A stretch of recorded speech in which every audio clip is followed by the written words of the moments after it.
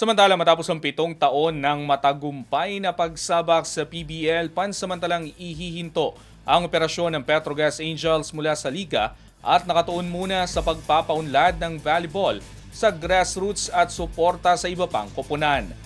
Ang ibang detalye alamin sa pag-abante ni Robigail Ribares.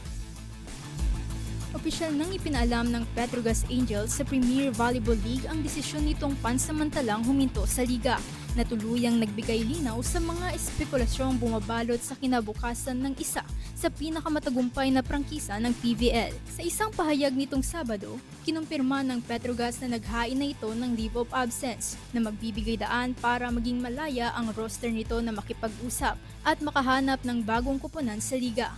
Matapos ang 7 taong aktibong pakikilahok, piniling magpahinga ng Angels mula sa kompetisyon habang inililihis ang atensyon sa pagpapaunlad ng volleyball sa grassroots level at sa suporta sa iba pang mga kupunan. Ang anunsyo ay kasunod ng mga ulat hinggil sa planong pagsasanib ng Petrogas at Nextled Chameleons na kalaunay hindi pinahintulutan ng liga dahil sa usapin ng competitive balance. Bagamat hindi muna sasabak sa PVL, nananatili umano ang Petrogas bilang aktibong taga-suporta ng volleyball ecosystem sa bansa, kabilang ang pagtulong sa ibang kupunan sa pamamagitan ng rekomendasyon ng mga manlalaro, coach at staff na hinubog ng kultura ng panalo ng prangkisa. Bilang isa sa mga haligi ng liga mula pa noong 2018, lilisan ang Petrogas bilang ikalawang pinakamaraming titulo sa kasaysayan ng PVL na may 4 na kampyonato kabilang ang pagwalis sa All-Filipino at Reinforced Conference noong nakaraang season. Dahil sa leave of absence, bukas na ngayon sa negosasyon ang lahat ng manlalaro ng Angels, may kontrata man o wala.